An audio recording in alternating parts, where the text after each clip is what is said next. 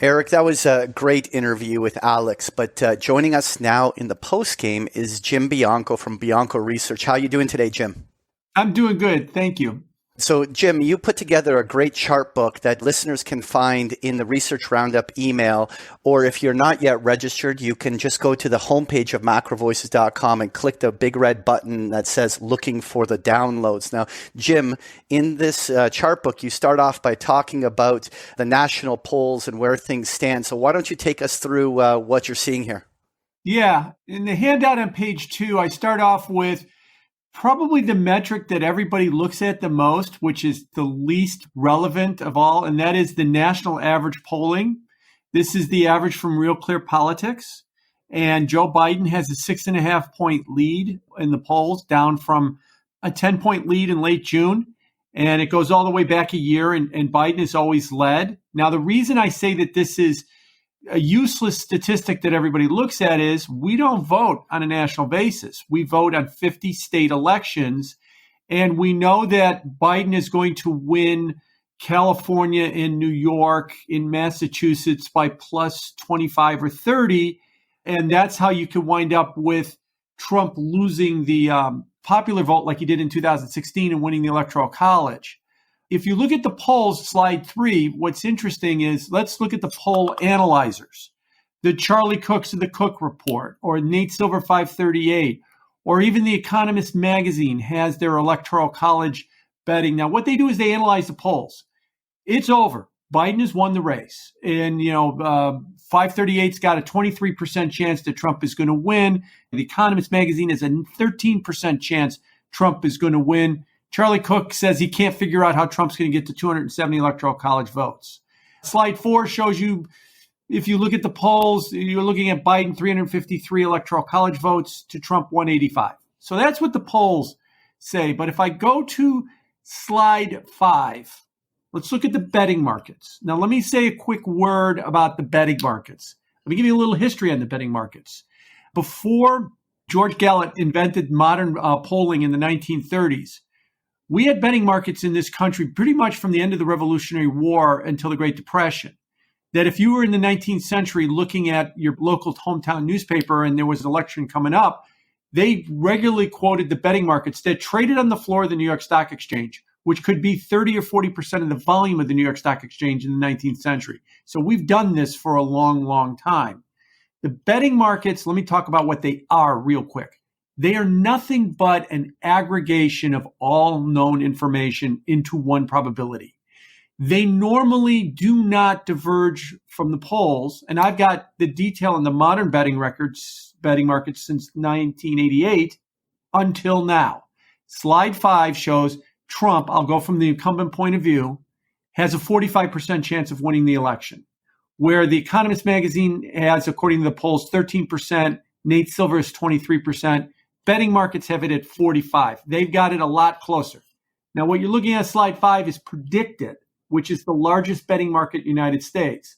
Slide 6 shows you the London bookies and a lot of the foreign markets. They have it 46%, exactly the same. Is this market manipulated?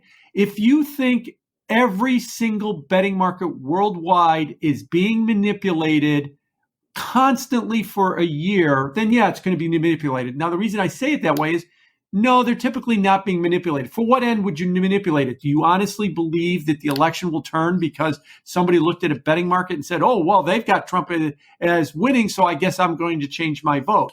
No, this is the way the bettors believe. They believe it's essentially a 50-50 race, even though the polls are telling us something different. Slide 7, there are betting markets on all 50 states. And the betting markets are showing that it's 248 Electoral College votes for Trump, 290 for Biden. And I'll mind you, if you're looking at this map on slide 7, everything here is from the incumbent point of view. Arizona's 38% Trump, Wisconsin's 35%, Pennsylvania's 38%. Those are not that far off. Trump is behind, but if he could pick off 2 of those 3 states, he wins the election. And the reason I say it that way is Biden is in the lead. Either way you look at it, the polls or the betting markets. But in the betting markets, it's a lot closer than the polls. Slide 8 just shows you how the betting markets are shaping up in the 50 states. really there's only about 4 or 5 states that matter. North Carolina, Florida, Arizona, Pennsylvania, Wisconsin, maybe Michigan. That's really it. In fact, between now and Election Day, I'd be surprised if any of the candidates did not went to another state other than those 5. Because remember, that's all that matters is the Electoral College vote. And then on slide 9, the betting market, I just wanted to show you the orange line on slide 9 shows you the 45% chance on predicted that Trump will win the election. The blue line says, will he win the popular vote? He's never been above 50%. He's only at 19%. Just like in 2016, when he lost the popular vote by 4%, there's no expectation he's going to win the popular vote. That's not how we keep score. We keep score via the Electoral College, and that's why he's got a 45% chance to go there. Finally, the last couple of charts I'll throw out here is on slide 10. Which party will control the Senate? And I'll go again from the incumbent point of view because the Republicans are the incumbents. 47% chance they keep the Senate. That's a coin toss. So the Senate is a coin toss. The House on slide 11 is 85% Democrat. They're the incumbent there. They're looked for no change in the House. That's pretty much set to stay the way it's going to stay. Finally, the 2 charts on 12 and 13 I thought were rather interesting. Trump's approval rating on 12. This is over 50 polling sources aggregated together to show his approval rating. It has been rising. It has been rising since late July. It's at 42.9%. There's a couple ways you can look at it. It's well below 50, yes, but he's been below 50 every single day of his presidency, but it is in the upper end of his range. Interestingly about Trump, if you look at this chart, essentially about a 5-point range determines his approval rating for his presidency. There's a couple of outliers here and there, but basically most of it's been within a 5-point range. Now is it the narrowest it's ever been? It's by far the narrowest it's ever been, meaning, and I've heard some pollsters say this, probably 95%, if not 98% of the American public has already decided who they're going to vote for. And that this is really not an election about trying to convince somebody to vote for me, but about 60% of the American public actually votes. This is an election about saying, okay, you've made up your mind to vote for me. Now, how do I get you to fill out a ballot? That's really what this election is about. Please fill out the ballot in one way or another. That's why the mail-in ballot has become such a contentious issue as well, too. And then finally on slide 13, there is a poll that they do called the generic ballot. They just ask people, are you more inclined for Congress to vote for the Democrat or the Republican? They don't ask you a specific name. And the Democrats blue, the Republicans red, but the bottom chart shows the spread. It has been narrowing quite a bit in favor of the Republican. Now, the Democrats have always been ahead. They peaked with a 9-point advantage in mid-July. They now have a 6-point advantage, which is the lowest it's been in 7 months. So it has been narrowing towards that. And what I find that's interesting about this is when you ask, are you going to vote for Trump or are you going to vote for Biden? You know, you get that 6-7 point lead. But when you start looking at his approval rating and you look at the generic ballot, everything's trending either for Trump or it's trending towards the Republicans. The Democrats are still leading. So the bottom line is, if you watch the polls are telling you that this is over and Biden has won. And the polls are probably telling you, too, that we're going to have a blue wave and we're going to have the Democrats take the Senate. If you look at the betting markets, and the betting markets, again, I think are an aggregation of opinion, they've got it far, far closer than the polls do right now. Last word for you. The polls always ask the question, who would you vote for today? The bettors are looking at who do they think is going to win November 3rd, and they're factoring in the expectation that some unforeseen event, otherwise known as an October surprise, or something will come along that will change the equation. I think part of what we're seeing with the bettors is that they think that whatever comes along might be a pro-Trump event more than an anti-Trump event, which is why they're leaning a little closer towards a toss-up election this year. Jim, please explain the concept of a Red Mirage. What does that phrase mean and why is it important? So we've got mail-in ballots this year nationwide to a degree that we've never seen before. And the expectations are that mail-in ballots are going to skew Democrat. People that show up at the polling place on November 3rd are going to skew Republican.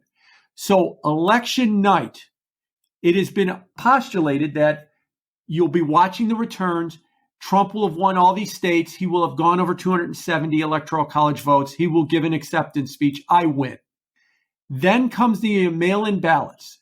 And one by one, as they count more and more Democrat votes, he loses this state, he loses this state, he loses this state, that by Thanksgiving, it flips and that maybe Biden has won. That's the so-called Red Mirage. Is there precedent for it? Well, sort of. In 2018, the last election, Martha McSally she's a Republican, and she was running against Kyrsten Sinema, the Democrat, in Arizona for the Senate. Election night, Martha McSally was up by about 15,000 votes. Then they started counting the mail-in ballots because Arizona's had mail-in ballots. By Thanksgiving, Kyrsten Sinema was leading and became the winner of the race. And Martha McSally, you may know, is currently a senator because John McCain passed away and she was appointed to his seat, and she's running again for re-election. So bear in mind, the Red Mirage is that election night should skew Republican. And then when we start counting in the mail-in votes, that should skew Democrat. And we'll have to see if the Republicans have a big enough lead that the Democrats can't pull it back, or a small enough lead that the Democrats can pull it back. That's what we'll have to determine on election night. Jim, I've been feeling a huge sense of deja vu going back to late January when you and I, one Saturday morning, I believe it was January 25th, had an email exchange, and you kind of said, Erik, look at these charts, look at my projections of what I see from the exponential growth of the case counts in China, which at that time were still very, very small. We had dozens of cases, not hundreds, and certainly not thousands. And you and I both looked at those charts and scratched our heads and said, if this is real, this is the beginning of literally something just huge, a global pandemic. And I think we were both sort of feeling like that's what the data tells us. But boy, to make that prediction publicly and be wrong about it, you better double check your data 3 or 4 times. And what I've been feeling really recently, Jim, is I feel that we have a very similar situation, although this one is not being driven by data. It's more being driven, I admit, by my own speculation and admittedly conjecture. And what I see here is a setup, and the Red Mirage you just described perfectly explains the reason that I'm so concerned, where if you look at what's likely to happen, I think it is more than 90% assured that most people in the country will become convinced that their candidate, the guy they voted for, is who won. And they'll feel that half of the country is trying to undermine the democratic process and steal the election in favor of their candidate. And the Red Mirage perfectly sets that up. First, the Republicans have the experience of winning on election night. It seems clear that Trump won. And of course, the Democrats are outraged by that. And then the mail-in ballots come in. The Democrats become convinced, no, in actuality, once you count the votes, Biden won. And the Republicans are saying, you guys are trying to steal the election after the fact. Everybody feels like their candidate won. The other guy didn't win, or the other guy who's being a sore loser is trying to steal the election. And you get a situation which by itself could escalate even without the encouragement from public officials. But I listened, Jim, to what's going on just over this past weekend. Alexandria Ocasio-Cortez went on social media and told her followers, it is time to radicalize and get ready to fight. Okay, get ready to fight. If ever there were fighting words, those are fighting words. I think we have a setup for a dramatic increase in civil unrest and violence across the United States as a fight breaks out where everybody believes that their candidate won, and they feel that half of the country is trying to undermine the democratic process and steal the election in favor of the other guy. Jim, I know this, and I've thought carefully about whether I wanted to say this on the air, but I'm going to go ahead and stick my leg out here. I think that the risk of this election mushrooming into an all-out civil war. No exaggeration, civil war. I think the possibility or the probability of that outcome is now higher than 10%. I'm going to say somewhere between 10 and 20%. So just to be super clear, folks, I'm not predicting that outcome. I didn't say it was certain to happen. I didn't say it was likely to happen. But frankly, when you consider how big of a deal a civil war would be if you understand the backdrop of the global geopolitical situation. China is just waiting for an opportunity for the U.S. to have a really bad moment that can be exploited. A civil war breaking out in the United States would have profound implications on the development of the history of the entire planet. And I didn't say it was going to happen, but I do think it's more than a 10% possibility at this point. Jim, am I crazy to think that? And where would you put the percentage possibility of literally a civil war developing as a result of this contested election getting out of control? Well, let me define what I believe civil war means. And I think it does not necessarily mean that we're going to take up arms and Americans are going to start shooting Americans. But I do think that a civil war, if you want to define it as a loss of faith in institutions and a loss of faith in the country, to the point that there are states and maybe regions of the country that are looking to secede from the United States, openly talking about, I don't trust the government, I would put it at 10 or 20% at that point. For instance, you're right, the Red Mirage. If Trump looks like he's won on election day and then it gets pulled back with the mail-in ballot, and to your point, I agree with you 100%, whoever wins, half the country is going to be angry, is going to be not just disappointed or not just, oh, what's on TV? I guess that guy won. No, they're going to be angry that their candidate lost. And so you're going to have a big, big division right there. If it's won by the Red Mirage argument that I have, then it becomes even angrier that it looks like it was stolen. Even if the election is close, as I said, and everybody's been following the polls on the other side, the Democrats will think it was stolen because the polls told us it was supposed to be a runaway election in the first place. So I agree with you that. And then what will come of that is look at some of the language we're getting, take up to arms. Let's pack the Supreme Court. Let's vote D.C. and Puerto Rico as states because we know that they'll skew Democrat and we could get more Democrat senators into this Senate. And then there was a guy from Texas I just read recently who was saying, fine, we'll break up Texas into every county in the state and we'll make them 80 states if you want. And I mean, he was trying to, be ridiculous to prove a point, but this is how you have a loss of confidence in the government.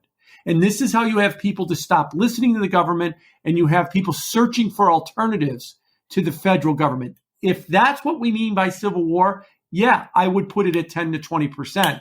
If we mean, no, Americans are going to take up arms and start shooting other Americans, no, I don't think that would be the case. It would really be about a loss of institutional belief. And I think that that's a real possibility as we go forward. Has this summer not shown us that we've got a lot of that already in this country to begin with? What if we talked about not a matter of people shooting each other, but this escalating beyond just individuals? It's not just Black Lives Matter versus, Proud Boys versus Antifa. But let's suppose that the California legislature were to adopt a resolution to say the state of California rejects the federal government's, the election committee's decision that Donald Trump won the election.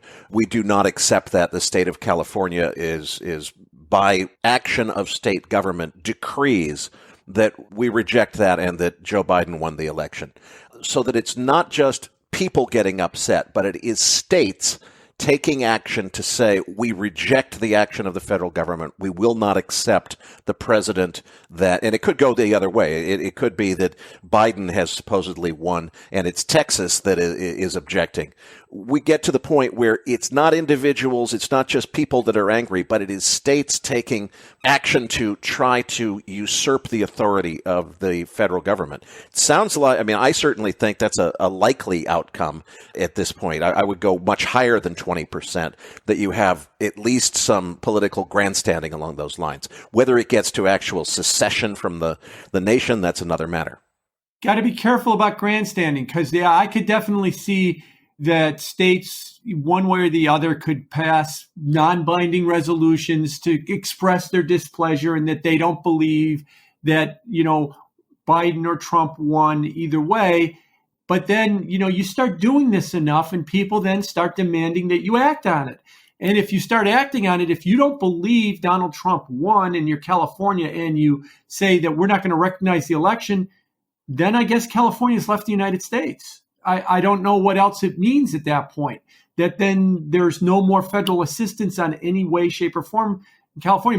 Maybe California will have to put together a passport to allow them to visit the rest of the 49 states. I know that sounds silly right now, but you can't make those kind of statements without the natural follow-up to that. If you don't believe X, Y, or Z is the duly elected official, then you're not part of the country anymore. And so, I could see that kind of bitterness coming out of this election.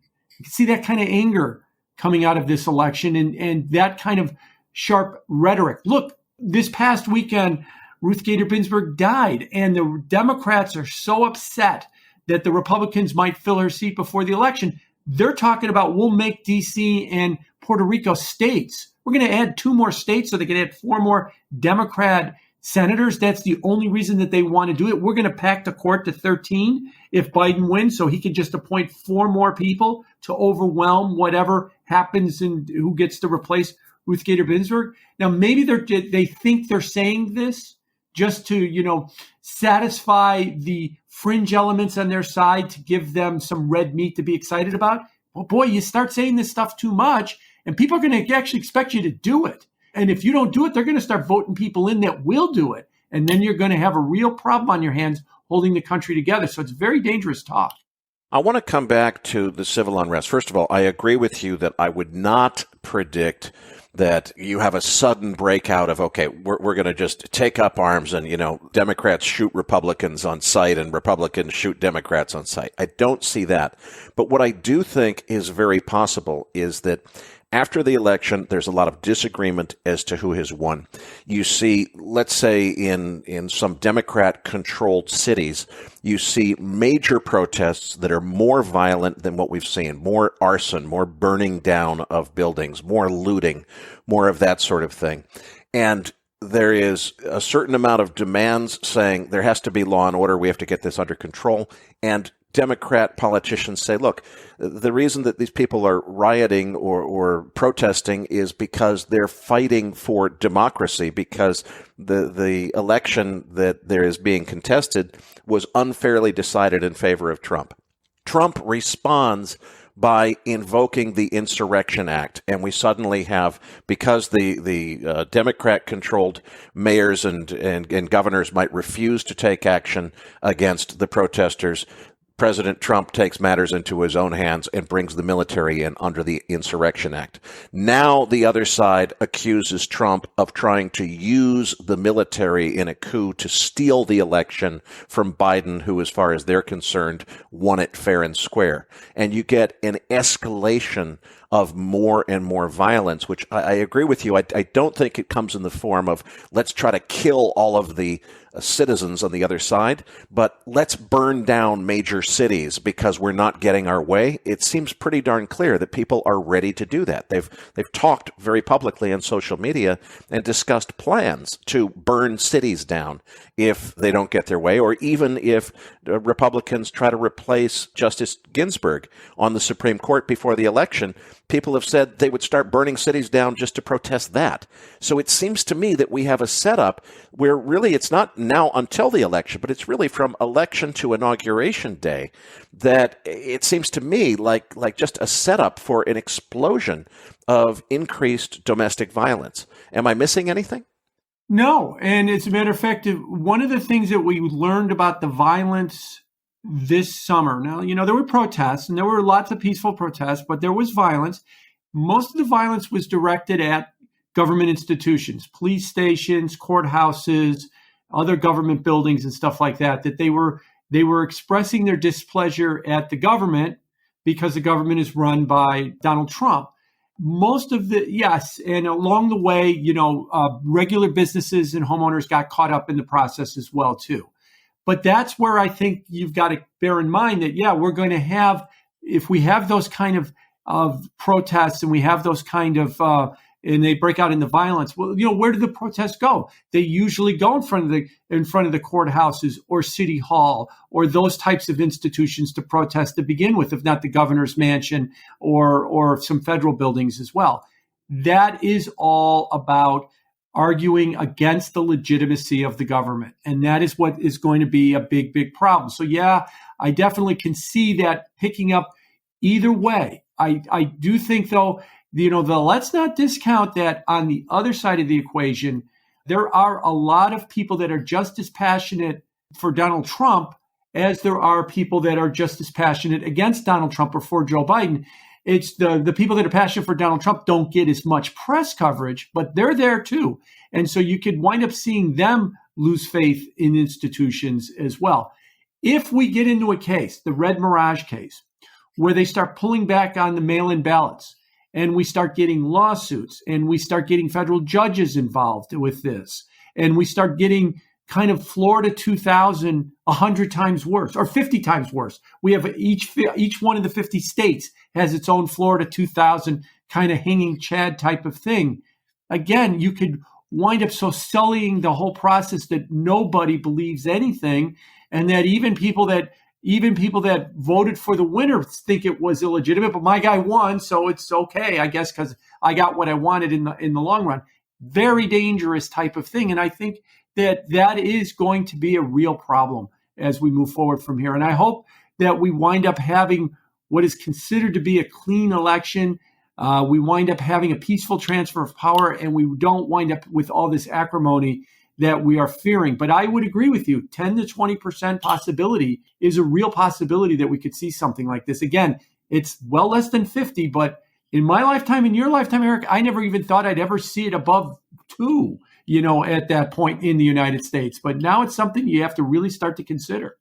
I was alive, although just a very small child in the late 1960s, and I don't think the risk then was anywhere close to as high as it is now. Let's quickly, we're running out of time, Jim, but very quickly before we wrap the show up for this week, how do we translate this to an outlook for markets? Because you could say, okay, well, boy, civil war, I mean, it's got to be a market crash, but by the same token, you can say, guaranteed, the Fed is going to turn up the pace of stimulus. It could potentially, support a market melt up. How do you translate this into a market risk outlook? There's two things I think that are really weighing on the markets right now. One is this election that we've discussed, and the other one is there is a serious surge of cases coming out of Europe right now. Not the United States, but out of Europe. And there's a fear that there might be another set of lockdowns in Europe, and maybe U.S. is going to follow Europe in the next month or two in terms of a surge of cases. Both of those instances would lead you to be very, very bearish, but you hit the nail on the head. You've got something here in that you've got the Federal Reserve and you have the federal government, basically passing bailouts for the airline industry and the cruise ship industry, and we're not willing to go down without a fight. So I think what you should be looking at is heightened volatility, and you maybe a 10 to 15% correction, which we've already had. And I think as we get close to 15%, you're going to or should expect some kind of a reaction out of the Fed or out of the federal government to try and support the market. Or as I've been referring to it as, they'll throw a kitchen sink at it like they did in March. Then they just kept throwing one kitchen sink after another until they eventually got a bottom in the market. So they're going to fight this. And so heightened volatility. Let me give you a fun statistic. September 2nd was the all-time high. And on that day, the VIX closed at 2657. That is the highest VIX level in history on the day of an all-time high. Usually the VIX moves inverse to prices. So when you're at all-time highs is when the VIX should be very low. It was moving up and at very high levels in late September, signifying that even market participants through the options market were expecting a lot of volatility. So, yeah, I could see us doing a 15% correction. I could see the Fed stepping in. And I could see these kind of 2-3% days that we're starting to see again, reminding everybody of the spring, sticking around for a while as we sort this out. Well, Jim, thank you for joining us and giving us this great update. Look forward to having you back on the show. Thank you.